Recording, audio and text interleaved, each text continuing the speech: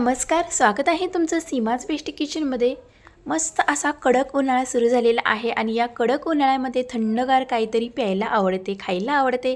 तर आज आपण बनवतोय मस्त असा थंडगार मोहब्बत का सरबत। तर इथे मी कलिंगड घेतलेला आहे। तर कलिंगड आता आपण कट करून घेऊया।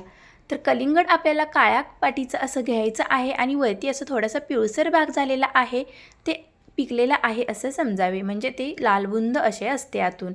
तर इथे आता आपण दोन भाग केलेले आहेत कलिंगडाचे। जेवढं आपल्याला सरबत बनवायचं आहे तेवढंच आपल्याला इथे कट करायचं आहे। तर इथे आपण अशा पद्धतीने कट करून घेऊया। तर अशा उभ्या आडव्या आपल्याला कट करून घ्यायचे आहेत, म्हणजे कट मारायचे आहेत, जेणेकरून मस्त अशा क्यूब्स छोट्या छोट्या पडतील एकसारख्या।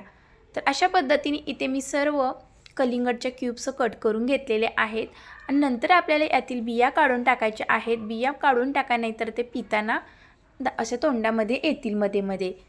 तर इथे आपण सर्व कट करून घेतलेलं आहे। आता एका बाउलमध्ये आपण हे सर्व क्यूब्स काढून घेऊया आणि यामध्ये आता घालणार आहोत थंडगार दूध। तर इथे थंड वापरायचं आहे आपल्याला।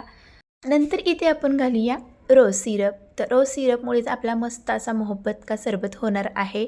आवडीप्रमाणे इथे साखर घालायची आहे।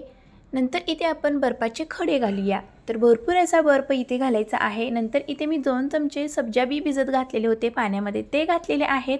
आता हे सर्व मिक्स करून घेऊया। तर बघू शकता कलर चेंज झालेला आहे, रोज सिरपने मस्त असा गुलाबी कलर आलेला आहे। तर तयार झालेला आहे आपला मोहब्बत का सरबत। तर आता आपण ग्लासमध्ये सर्व करूया।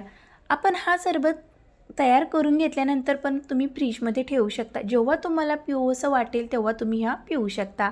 तर पाहुणे आपल्या घरी आल्यानंतर अशा पद्धतीने तुम्ही बनवून ठेवला तरी चालेल आणि ते आल्यानंतर तुम्ही अशा पद्धतीने सर्व करून देऊ शकता। खूप छान रेसिपी आहे, अगदी झटपट बनते।